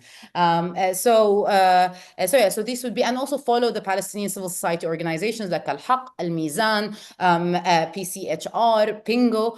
These would be very important resources to help also navigate your advocacy, and also to protect yourselves as you undertake that advocacy, because the courts, of course, will feel very undermined when you start to use international legal language in their face to support your own advocacy. So sorry, I apologize for the lack of structure. I hope that managed to kind of cover. Thank you, Shahd, for this important insight. And Doctors Against Genocide is joining the Palestinian Civil Society and the Law for Palestine and your call. And we are happy to be on board with whatever means we can support. We're also asking all our colleagues, healthcare workers globally, and all medical and humanitarian organizations in the world to join and support this call. We will stay in constant, coordination with you, Shahd, and with your team. And inshallah, we will make this, more impactful and bigger. I just have one question that's really bothering me. When we talk about the Palestinian Authority, did they ever give you any explanation why they are not on board, why they are not supporting this? I know this question is very political, but it's also very criminal in another way. So the only people, okay, as you said, it's quite political. One, as an international lawyer, I would tell you that the Palestinian Authority does not represent the Palestinian right of self-determination, full stop. And why are they not supporting us? It is for a very important reason, which is they're negotiating with their European partners in order to ensure that they remain in power once there's a ceasefire, and they want to be the power in control of Gaza. So if they get on the nerves of the US, or if they get on the nerves of Europe, then they will not be in their place. So it's pure corruption and despotism, sadly enough. We haven't seen them cooperate with so many different things, including the arms embargo. And in general, they've been very hostile towards any attempts that are cooperative. So in short, and as you very much know, that the Palestinian Authority internally is almost a representative of the occupation forces. So we are, from a legal perspective, we are at a very weird stage in history whereby people calling for their liberation already have representation as a state, but that representation does not represent them, which as a lawyer, who is an international lawyer, that makes my job almost impossible, because everything here is done by states. But in short, it's despotism, it is corruption, and sadly enough, they would rather fight for their own interests. And this, of course, represents the liberal elite interests for the people who would make the most money out of this war. So that's why we had to say that this will be independently taken forward. We are, in this case, in this diplomatic convoy, we are still trying to get them on board to discuss with us. But that's exactly how difficult they are, to the point where even though we're doing what they're supposed to be doing, which is their job, they are still not willing to even sit on a table with us. But at least what we're hoping, that they will not block this. That's our bare minimum hope at the moment, sadly enough. Thank you, Shahd. We might come back to you with more questions at the end, but we want to move on. Dr. Hawash, please go ahead. Yeah. I would like to introduce Medea Benjamin, please. Medea is here with us. She's always with us. She has been with us since the very beginning, when we met her on the Hill. Actually, I think, should we play the video from? Oh yeah, so I forgot. So we have this video which is regarding the campaign by the health. Medea, if it's okay, this is a 1-minute video related to what Shahd is saying. And then This is the video that the Ministry of Health and Healthcare in Gaza is launching tomorrow regarding the protection of the kids. And this is the video and the campaign starting tomorrow, May 5th, for a whole week campaign. Go ahead, Karama.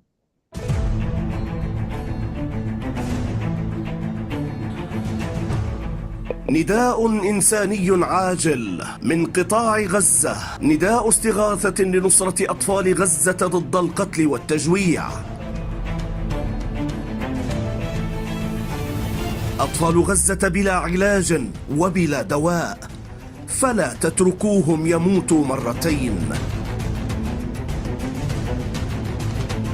هي دعوة عاجلة إلى المؤسسات الصحية والإنسانية والنشطاء حول العالم، إلى الضمائر الإنسانية الحرة، لتنفيذ سلسلة من الأنشطة والفعاليات التضامنية على مستوى العالم.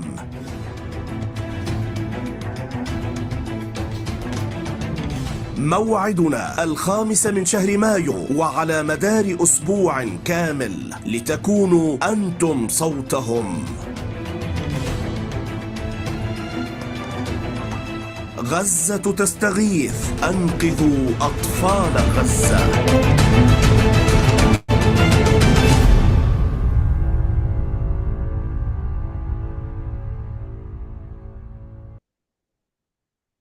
Thank you, Dr. Yusef, Dr. Marwan, and Dr.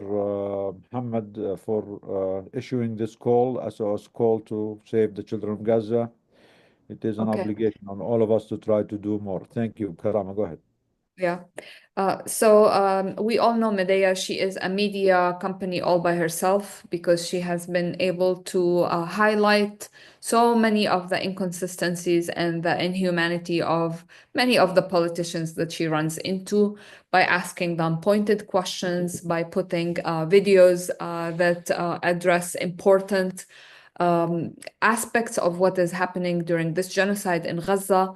It is always a pleasure and an honor to have Medea, and she's here with us in support of the SOS call from Gaza to save the children, to save the people from the starvation, from the lack of medications, and from the killing by bombs. We are witnessing the worst thing that we have ever witnessed in a war zone or in a conflict or whatever you want to call it.